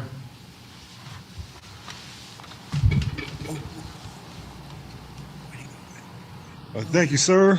Thank you, Pops, for everything that you shared. Always very insightful, and I'm always very grateful. And in light of what you said about the apples, I immediately posted in the chat that, we as Black people, we have something called Oreo, like the Oreo cookie, where you're Black on the outside and white on the inside. And for white people who act Black, we call them white chocolate. And so in all of that, I've had conversations with other African Americans and non-white persons, and that I remember this one person had told me that with all that has happened, there's the belief that the white people have won the chess match, because ultimately they succeeded with all of their power and force, that we live to a standard that they have set, and we believe that we must adhere to their way and accept it as the standard way, if you will, and that anything that's cultural or anything that doesn't seem like the normal white English or white American way, that is just weird, or it's irrelevant, or that is just going to lose. Ultimately, it's not going to triumph. Would you agree that this is the effects of the generations of the psychological trauma and force and the ingraining of their culture upon us? Yes, it's colonization has done its work, and we are all colonized, but we have that residual life within us that wants something different than that. We want something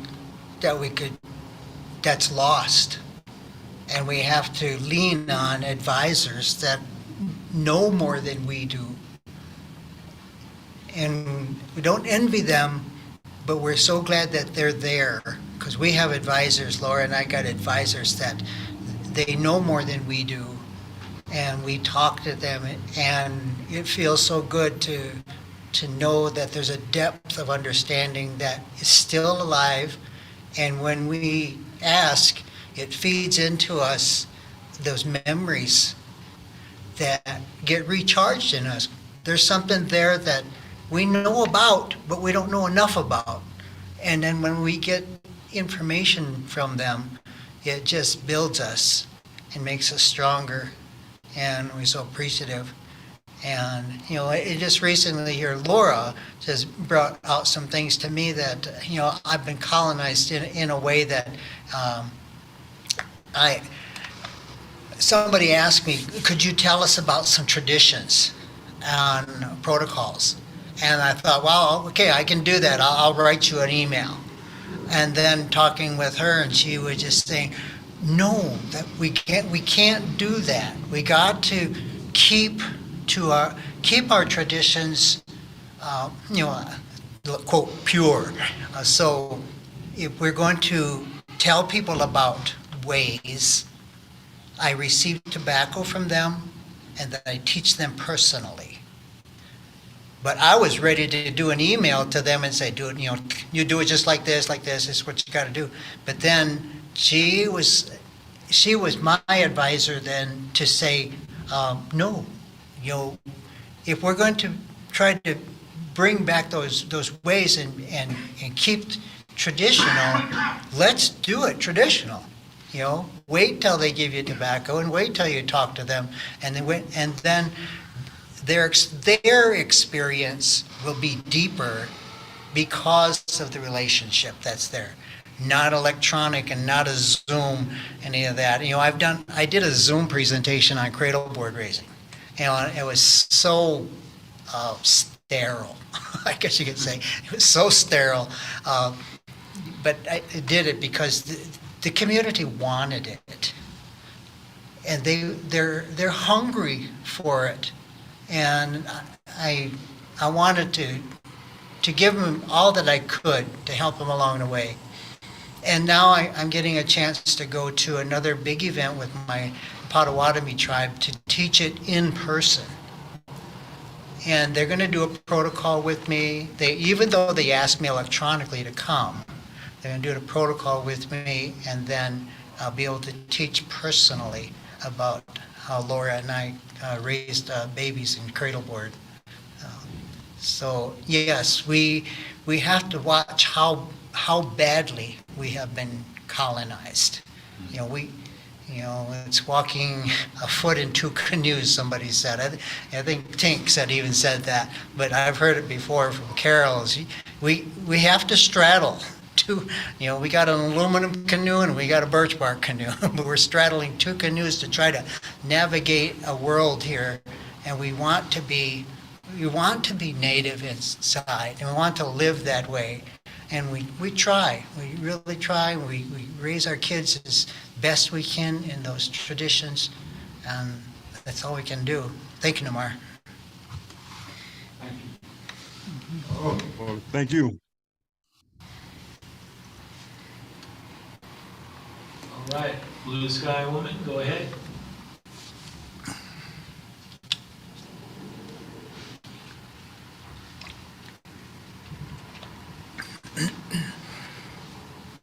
Unmute yourself.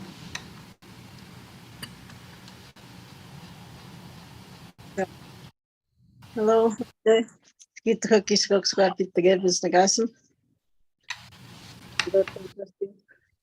My name is Blue Sky Woman, Uyghur clan. I'm from up in James Bay, a little resort called Adwabskat. It means parting of the rocks between the river. And I'm from Ontario, basically up in Canada. I was just listening to what you said. It's good to be here again. I try to make it whenever I can. And I've been thinking just to mention, I want to give as well, but I'm trying to figure out how to do it from here. So I'll probably be doing like once a month giving, and I send my tithings. So I just wanted to mention that. I was just thinking when you talked about the residential school and the blood memory of it as well. Both my parents were Indian residential survivors, and my dad just passed about 6 months ago to COVID, but my mom's still alive. But they both went to residential school, and they were there for. My dad went in about 3 years old, came out when he was 15, and my mom was there about 6 years. But my dad, they never lost who they were because they were raised on the land. So that land is what kept them who they are, kept them strong. And he never lost his language, but he's really good when he speaks English, but he'll never talk English, only when he wanted to. For me, I because it was still run by Indian Affairs up here. We attended Indian Day School, it's called. So they had that running up to 1990. Then from there, it was taken over by the local authorities, education authority, by our own people. So that's how far now. Right now, there's like an Indian Day School claim settlement that's happening now. All the students that went there. So it's almost similar as the payouts with the Indian residential school. I just wanted to touch on the memory part.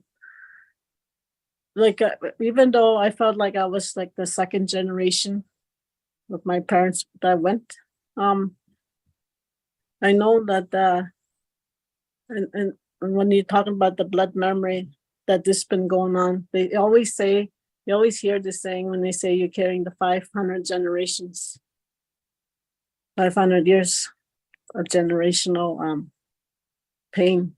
I guess that's what they call it. And so with my people, we went through the same thing here with 60 scoops. And where I live, Indian day school, they call them. It's just daytime when you go to school. And I was just remembering I lived in the States for 5 years. I was living in North Carolina for 5 years. And my husband's from there. He's actually he's from New York, and he's a Shinnecock tribe. And he's native, and he also has his Cuban background.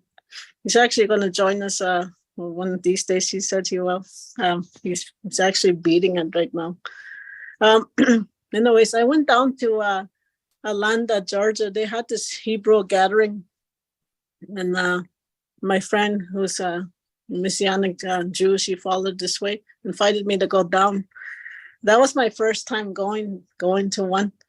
And when I got there, I was just so shocked just how everybody was using eco staffs. They were using hand drums. They were smudging. I was just surprised. And but there was so many different nations there, not just Native. It was like different backgrounds, even non-Native brothers and sisters. So it was all unified gathering of different nations. Anyways, when I was there, because I came from fresh, but still alive, the blood memory we're talking about, because it's still ongoing, because my parents are still alive, my mom at least. And so this thing is still within us.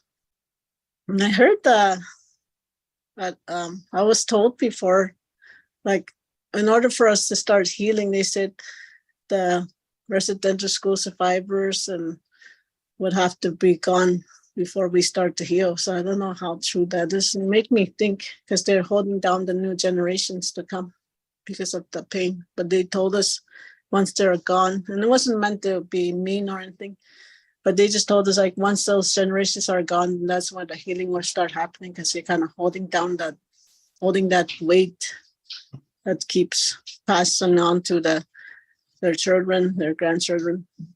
And it made me think, in a way, that's true.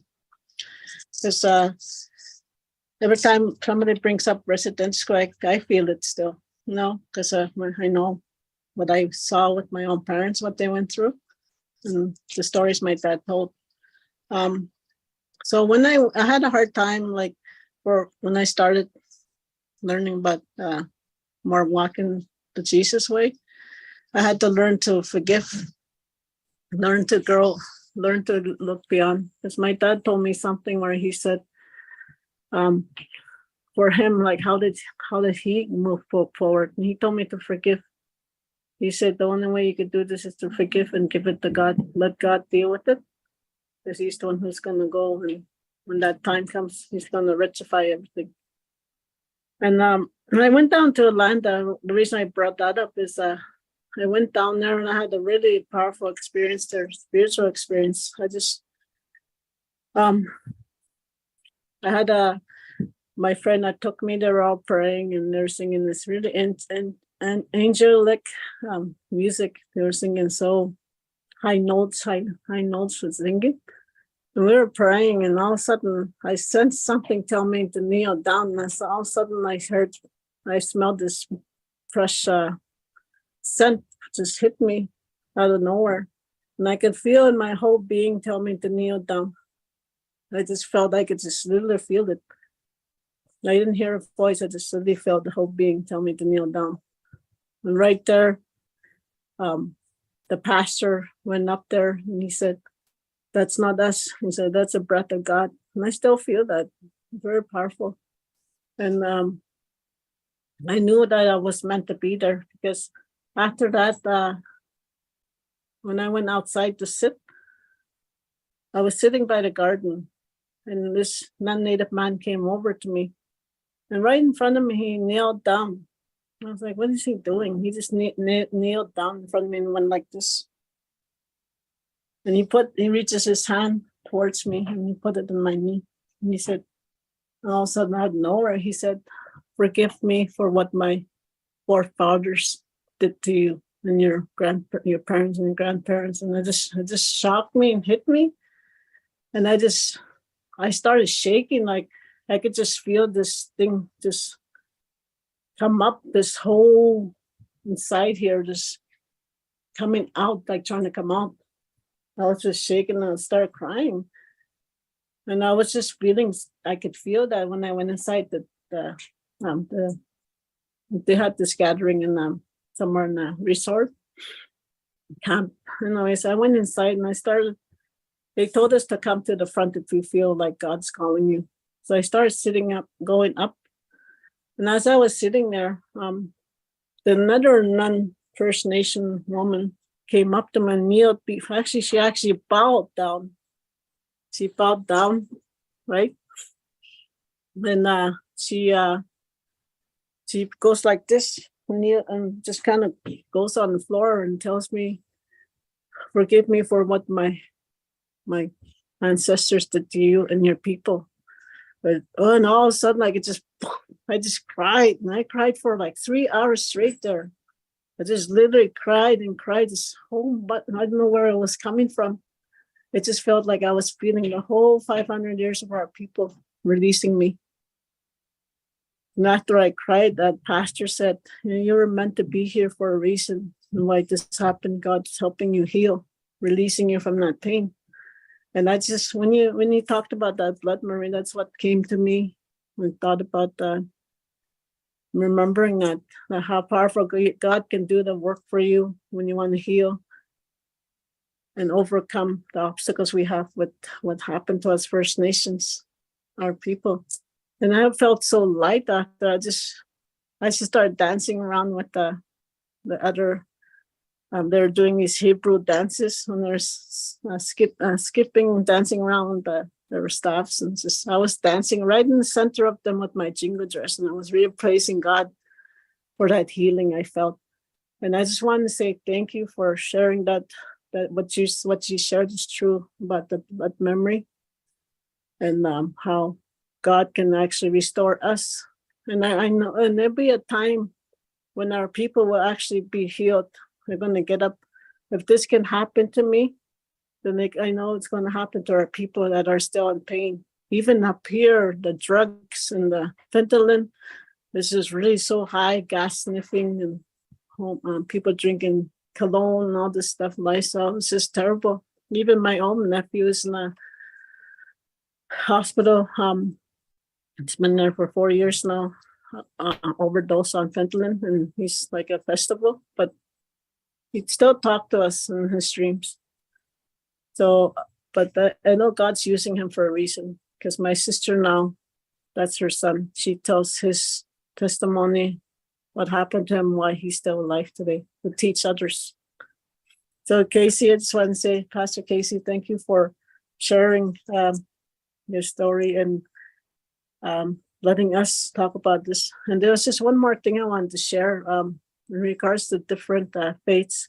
I had an experience back home. We had like that one weekend in my reserve, they had like a Pentecostal gathering, and they had Holy Mary candles vigil, and they also had a powwow right across the river. And these three people were the groups were just fighting with each other. Our own people in our reserve were fighting each other. Now the Pentecostal told us, don't go to the Catholics, they kneel down to the idols, statues. And Catholic was telling us, don't go to Pentecostal, they don't believe in Holy Mary. And both of them were saying, don't go to the powwow, they're dancing for the devil. You know, it's just like division. But I had an elder, she she still carried out her, she still had her traditional ways, even though she went to church every day. And I watched her all my life. I was really intrigued by her because I can see something different about her. And that's the one who taught me the way to look at the eagle's eye. Because she went to church every day, but Catholic church, reading her, counting her rosaries. But she also came to the Pentecostal, and I actually seen her go up and you know how they go up there and they put your hand and you fall. That's what happened to her. And I asked her, why did you do that? And she just said, oh, it's because I want to know what it feels like. I felt God there, she said. But she also came to our traditional sweat lodges, and she'll sit there. Because to her, what she taught me from her, she recognized that there was good in all of them. And she, that teaching from that weekend, what I learned from her is that our faiths, the people had stopped putting each other down. They would recognize just how powerful that light must have went up. That, like this light you see here going up. That weekend with all of us, we prayed together without putting each other down. And we recognized that, then the dark one won't be fighting us so hard because a strong fire will lit up and they can't even touch us anymore. That's how, from her teachings, that's what the medicine wheel, when you look at the four directions, the four, it's split. Because we're busy fighting each other with our different faiths. Imagine if we respected each other's ways and just that strong medicine wheel would be with humanity. So I appreciate you for sharing, and hopefully I can listen more. And thank you for letting me share. I just wanted to share a little bit. Thank you for sharing. Yeah, very good. Thank you. All right, good, Helen.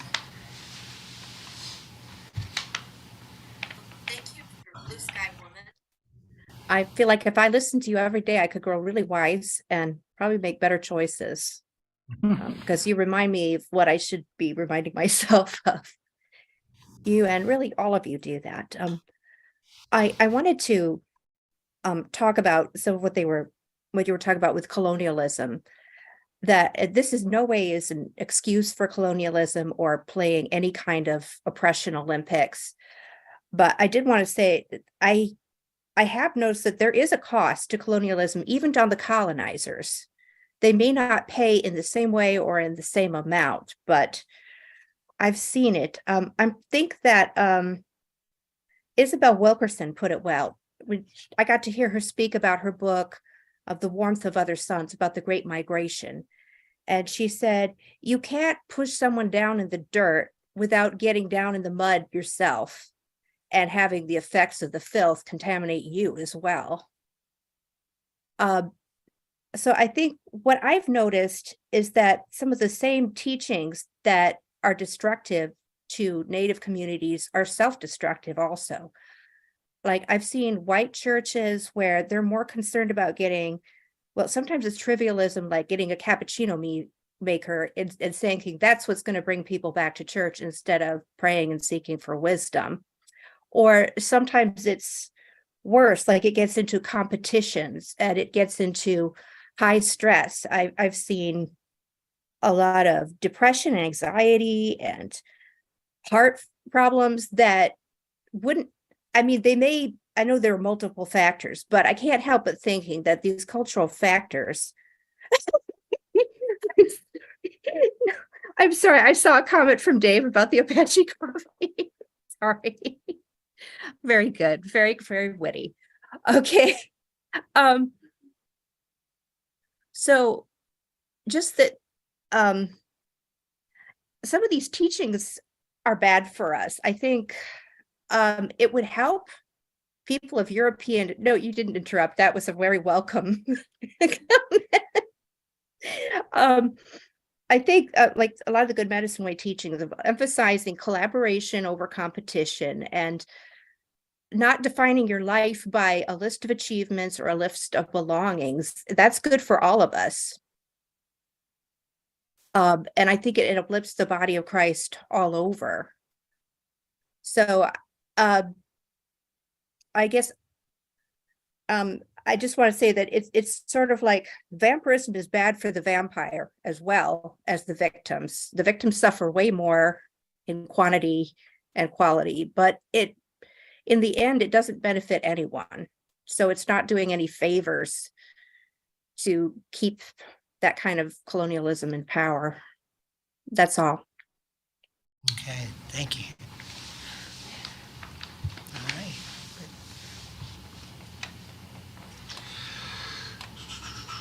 See if anything's are in the Chat. Helen's comment made me think of Mark Charles's book, how he talks about PITS, perpetrator-induced traumatic stress, and he feels like America has it. I've nicknamed it Voldemort syndrome because it's the reality that the soul that has done all the violence actually gets shattered more than the abused ones. It's like this study that Rachel McNair did her dissertation on. So. Yeah, I actually did a lot of research when I was in school on like generational trauma. But the thing I really found interesting about what you were talking about, Casey, was that you brought out that like the trauma is passed down through the DNA, but there's also the good things that are passed down. And if we can figure out how to bring those good things alive, you know, and I just thought, for me, that was like, such a game changer because people get so stuck and just kind of going over the traumas and going through the traumas and talking about the traumas but there's so many positive things there, you know, in the traditions and the histories, and if we can like tap into those, that's what's really going to start, bringing the healing and things. So I thought that was really. It's like those the seeds in that apple. Yeah. They can germinate. Yeah. They can come to life and bring a whole new person out of you again. I like Becky's comment, Pastor Casey. I love. Oh no, where did it go? Thank you, Pastor Casey. This is the core of why I go to Shinnecock powwow every year, looking for a piece of myself. Yeah. Yeah. Well, some of that story that I'm creating there is that when Ruth was at the powwow and she seen the women, or as the grand entry was taking place in my story, the men come in and then they're dancing and it's very powerful. And then she looked at her brother David, and as the men were coming in, his eyes just like they're almost going to come out with tears. They're welling up so big. And then the traditional women come and they first step into the arena, and she cries openly because of something that she doesn't have, and she desires. She sees it lived out in other people's lives, and she wants it so bad. And she just cries and cries, and her brother in my story has to console her, and both of them are crying.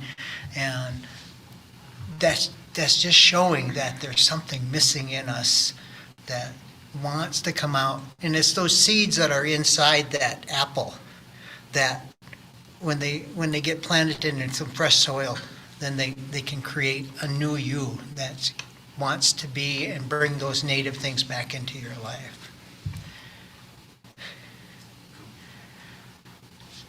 All right, Joe, go ahead.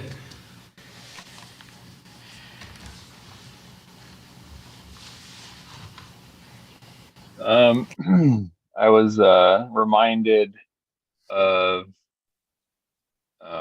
an elder that I was with up in on Vancouver Island, and her words for kind of like your story you're talking about, where that our things just they went to sleep. Like they didn't get killed or even stolen or lost, but they just went to sleep. And and that they're starting to wake back up again. Kind of like the seeds analogy you're using, I like your seeds analogy because, man, someone called me an apple one time, and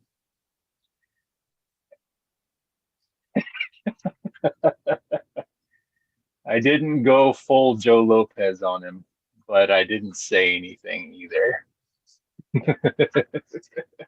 So I appreciate that you're using that specifically, because that that needs to die.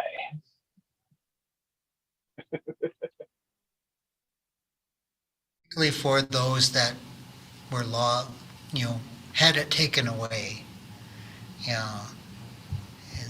There must be an apple that's got a red meat to it too. So it's red on the outside, red on the inside, but it's still got the seeds that could still a plum. There you go. Pomegranate. Pomegranate. There you go. Got a lot of seeds that you could nurture a lot of folks. And when the advisor comes around and he takes your seed and waters it, then that's special. And those people, they got to be. We got a few of them left, and we just got to, I know the daughters of this man that we follow, and our advisor, they're so knowledgeable too that we need to appreciate them so much more for what they know and what they can give to us. But we ask it in a good way. Okay.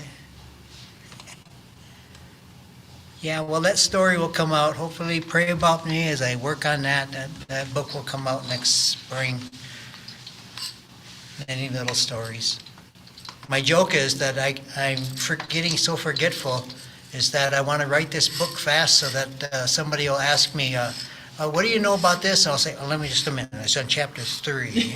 Okay, I remember saying that. And it would be my that's why they call it my memoirs. Well,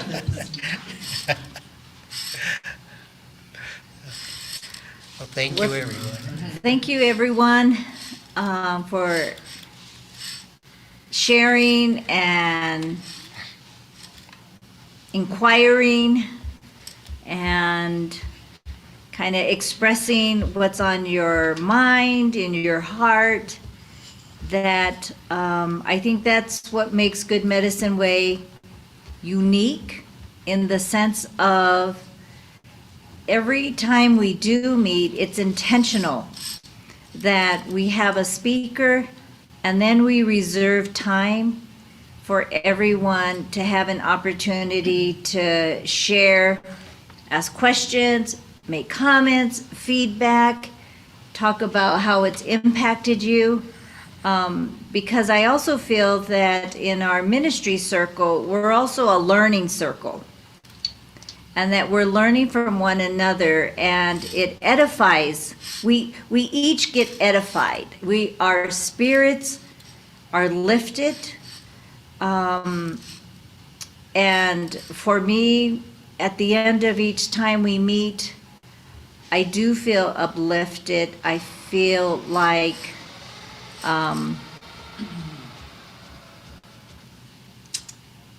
that I've learned a lot from everyone who has been a part of each evening. So thank you very much for that. And as we begin to close out the evening, we're going to have a song by Leah and Brian, a closing song, and then we'll pass it on to Emperadaka, who's going to give us a send-off blessing after that. And again, if you are here for the very first time, we thank you for coming. We want you to come back. We meet again next Monday, 6 o'clock Mountain Standard Time here in Albuquerque. Join us if you're here in Albuquerque, or continue to join us virtual. And next week, towards the end of the week, Casey and I will be in South Bend, Indiana for a day or two, and then we'll be up in Grand Rapids. So if you're in that area of town, contact us and we'll see if we can meet up for coffee. Yeah, and then straight away from that, Laura comes back here, and I take off to Winnipeg for the NATE Symposium, where I've been asked to work with the MDiv and PhD students and some other students. Will be running the first ever sweat for NATES, and I'll be doing that. Oh, and one last thing, Memorial Weekend, we will be at Pokagon Band Potawatomi Memorial Powwow. Yeah. We'll also set up a Good Medicine Way table along with other things that we have. So again, if you're in Grand Rapids or in Michigan, look us up. Thank you. Yeah. Okay. Okay, Brian and Leah? All right, our standard round dance, the Ganaronkwa song. By the way, in Mohawk, that just means I love you, or that's like the closest translation. But yeah, so when Jonathan wrote it, he was basically just wanting to write like a love song for Jesus, because Jesus is the good medicine that heals our lives and gives us balance. So that's the meaning behind the word.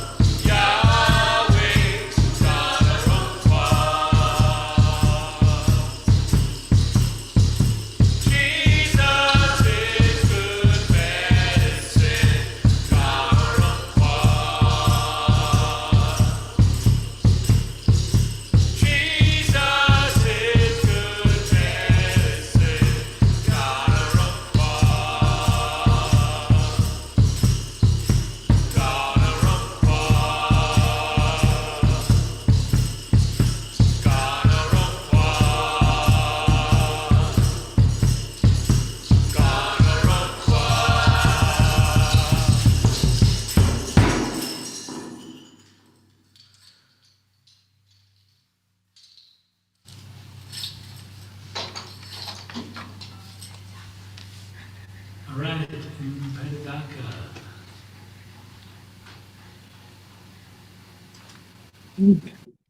All right. I'd like to thank you all for joining us tonight for Good Medicine Way. And I just want to I just really want to say thank you for all of us who are coming in from all the corners of the earth today.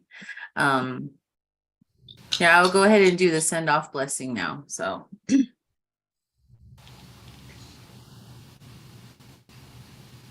Heavenly Father, Creator, I ask that you have each one of us, be able to share the gifts that you have given us.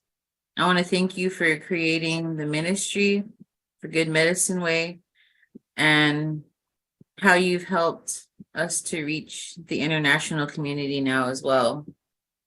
I pray that you help Good Medicine Way to reach more people, to bring them home.